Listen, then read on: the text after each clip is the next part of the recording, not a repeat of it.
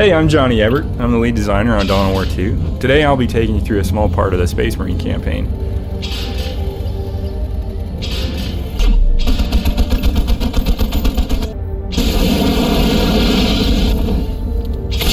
So the first thing you're going to notice about Dawn of War 2 is that cover plays a huge role now.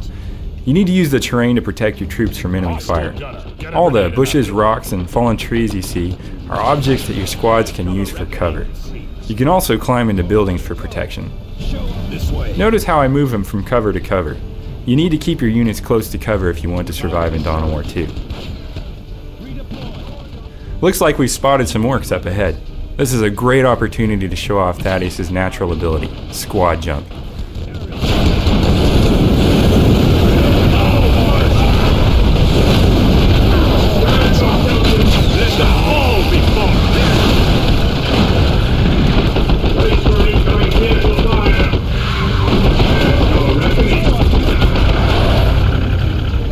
Luckily for Thaddeus, squad leaders don't die in Dawn of War 2. They're simply incapacitated when they reach 0 health. We can revive Thaddeus with another squad leader now.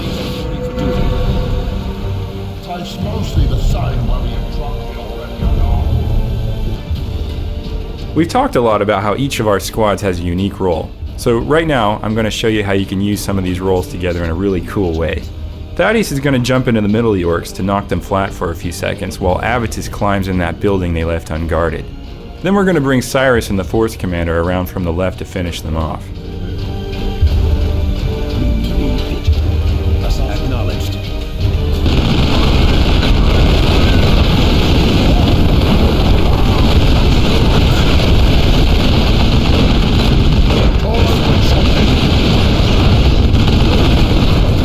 This is just one of the many ways you can combine your squad roles for deadly effect. We can't wait to see what other players come up with. Up ahead you see a shrine to the Emperor. If we capture it, we'll increase morale across the sector and stabilize the planet. But capturing this shrine is going to be difficult. The orcs know the value of the shrine just like we do, and they keep it under heavy guard. We're taking a real risk going after this shrine, but we think the benefits are worth it.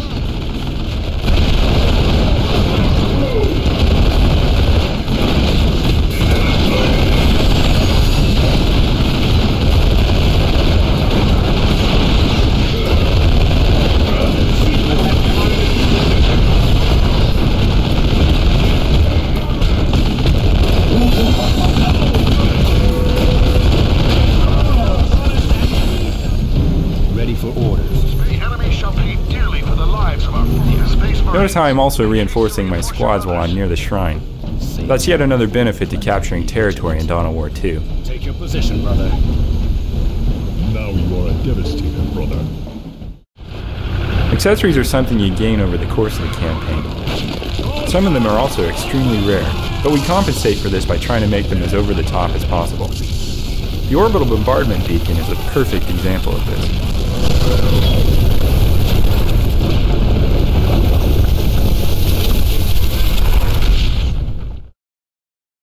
You're going to face some very deadly opponents in Dawn of War 2.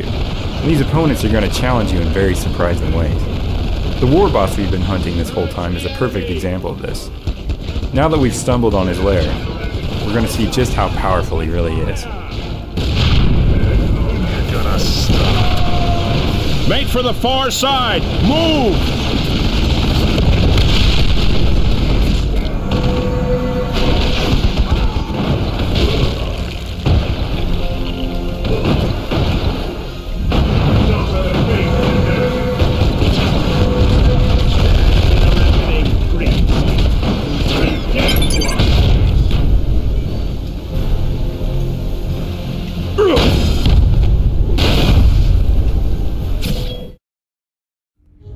You'll notice that we picked up a few new pieces of war gear in our last mission.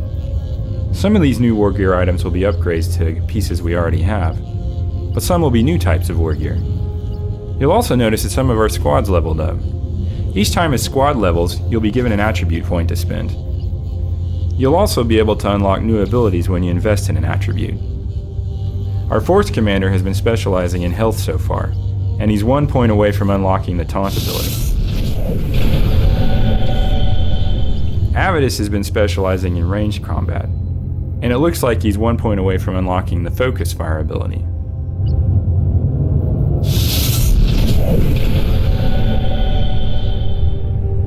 We've really enjoyed showing you this small portion of the Space Marine campaign. We can't wait to show you more later in the year. For those of you who don't already know, Dawn of War 2 will ship on the PC in early 2009. Thanks again to all the fans.